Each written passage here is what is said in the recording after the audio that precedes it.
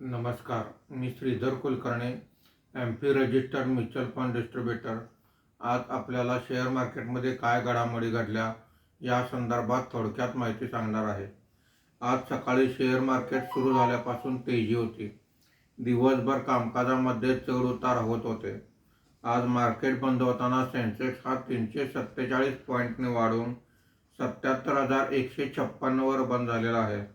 Nifty हा 96 पॉईंटने वाढून 24,086 वर बंद झालेला आहे. सलग चौथ्या दिवशी मार्केटमध्ये तेजी दिसून आलेली आहे. आजच्या कामकाजामध्ये BSE कॅपिटल गुड्स इंडेक्स 2.76% वर आहे. निफ्टी डिफेन्स इंडेक्स जवळजवळ 4% वर आहे. BSE कन्झ्युमर ड्युरेबल इंडेक्स 1.39% वर आहे. BSE ऑटो इंडेक्स 0.50% खाली आहे. Nifty mid cap index 0.52%, Nifty small cap index 0.79% वर आहेत. आजच्या कामकाजामध्ये निफ्टीमध्ये वाढलेले मुख्य शेअर्स पुढील प्रमाणे: trend 7.07%, Bharat electronics 3.02%, Hindalco 2.60%, eternal 1.89% अशी वाढ आहे.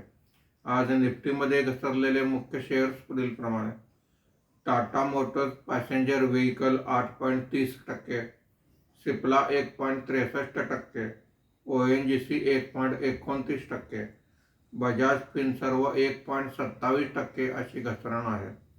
आज रुपयाच्या दरात 3 पैशाची सुधारणा झाली असून मार्केट बंद होताना रुपयाचा दर हा ₹94.53 प्रति डॉलर असा होता. धन्यवाद.